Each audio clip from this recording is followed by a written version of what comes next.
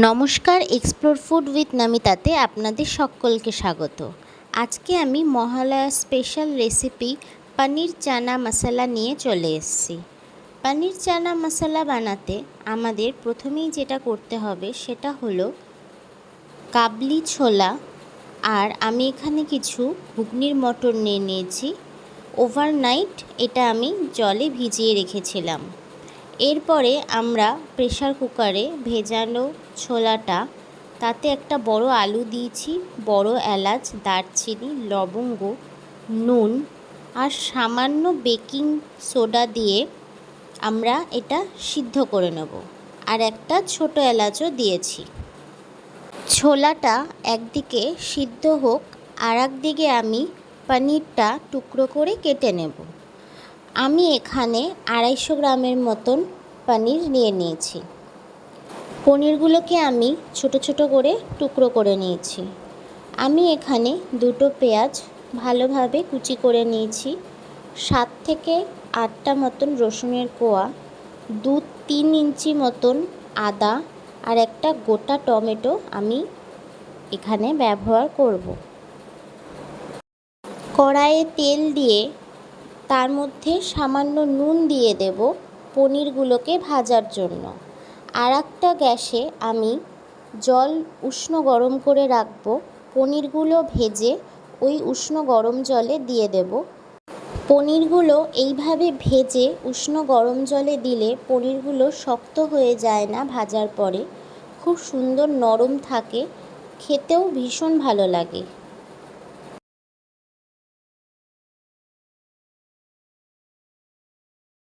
একে একে করে আমরা সব পনিরটা ভালোভাবে ভেজে নেব।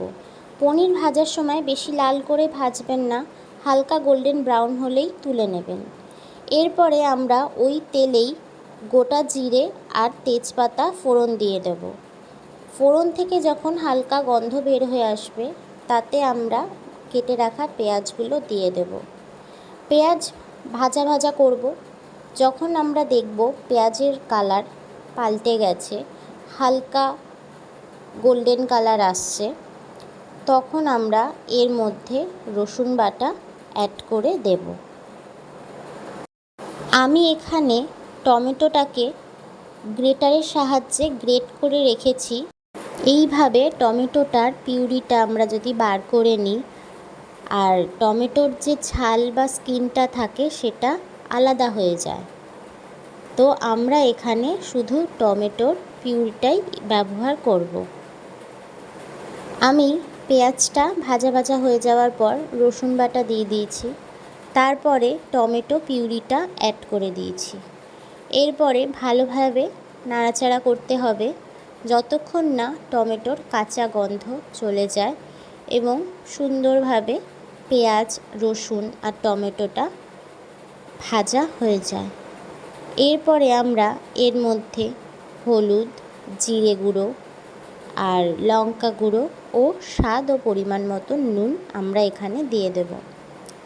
জিরে গুঁড়ো, লঙ্কা গুঁড়োটা 2 চামচ, আর ঝালটা আপনি আপনার পরিমাণ মতন দেবেন। আমি এখানে 1 চামচ ব্যবহার করেছি।